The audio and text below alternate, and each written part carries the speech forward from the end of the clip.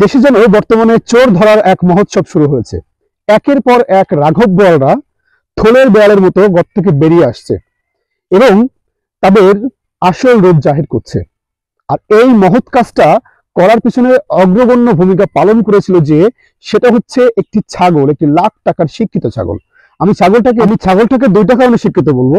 একটা হচ্ছে ছাগলটা এজন্য শিক্ষিত যে এতদিন ধরে, এত বছর ধরে আমাদের শিক্ষিত বিবেকরা, আমাদের বিভিন্ন সেক্টরে অধিষ্ঠিত জ্ঞানী গুণীজনেরা যে কাজটা করে দেখাতে পারেনি, একটা ছাগল সেই কাজটা মুহূর্তের মধ্যে করে দেখিয়েছে। দ্বিতীয় কারণটা হচ্ছে এটি যশোর জেলার ছাগল। এটা অনেকটা ফান করে বলছে আর কি।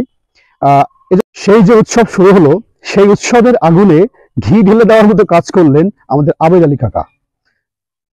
এই তিনি ধরা পড়ার পর থেকে বাংলাদেশের জন্য বিষয়টা আরো বেশি চাঞ্চল্যকর হিসেবে পরিগণিত হচ্ছে।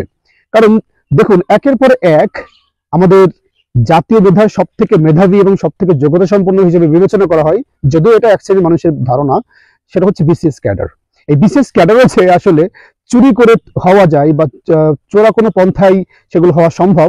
আমাদের আবেদ আলী কাকা সেগুলো দেখিয়ে দিয়েছেন। একের পর এক তিনি তালিকা দিয়েছেন অনেকজন ব্যক্তির মধ্যে তারা কিন্তু বর্তমানে বাংলাদেশের বিভিন্ন সেক্টরে অনেক উচ্চপদস্থ হিসেবে কর্মরত রয়েছেন। যেমন উদাহরণস্বরূপ আমি দু একজনের নাম বলবো। প্রথমত বলতে চাই সুশান্ত পালের কথা। এই সুশান্ত পাল 30তম বিসিএস এ রেকর্ড সংখ্যক নাম্বার নিয়ে সারা বাংলাদেশে প্রথম হয়েছিল।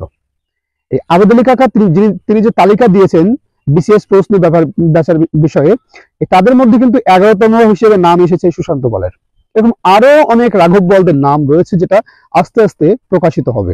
আদৌ কি প্রকাশিত হবে কি সেটা সময় বলে দেবে।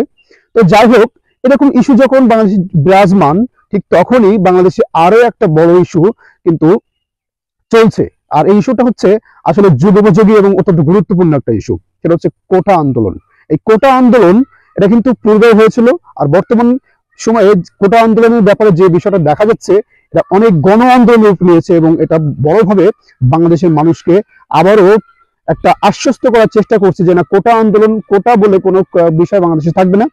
আর কোটা বিষয় আসলে চাকরি প্রার্থী মানুষের জন্য কত বেশি ভয়ানক হতে পারে সেই চিত্রটা তুলে ধরার চেষ্টা করছে এবং এখান থেকে কিভাবে পরিত্রাণ পাওয়া যায় একদল শিক্ষার্থী তারা কিন্তু চেষ্টা করছে। আমরা বিভিন্ন মাধ্যমে দেখেছি হাজার হাজার শিক্ষার্থী তারা কিন্তু সমবেত হয়েছে ঢাকাতে এবং তারা আন্দোলন অব্যাহত রেখেছে। যদিও এখন পর্যন্ত এই কোটা আন্দোলনের বিষয়ে কোনো আশ্বাস বা পজিটিভ কোনো ইঙ্গিত পাওয়া যায়নি। বিষয়টা হচ্ছে বাংলাদেশে বর্তমানে একটা ব্যাপক পরিস্থিতি তৈরি হয়েছে, যে পরিস্থিতিগুলো একটার পর একটা, যেমন একটা ইস্যুকে চাপা দেওয়ার জন্য আর একটা ইস্যু ক্রিয়েট করা হচ্ছে, একটা ইস্যু শেষ হতে হতে আর একটা ইস্যু সামনে চলে আসছে। এরকম বিভিন্ন বিষয়ের মধ্য দিয়ে বাংলাদেশ কিন্তু একটা অস্থির সময় পার করছে।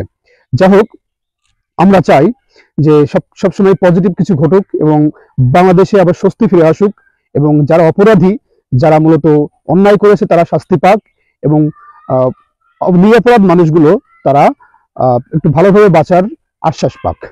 সকলের জন্য শুভকামনা, সবাই ভালো থাকবেন।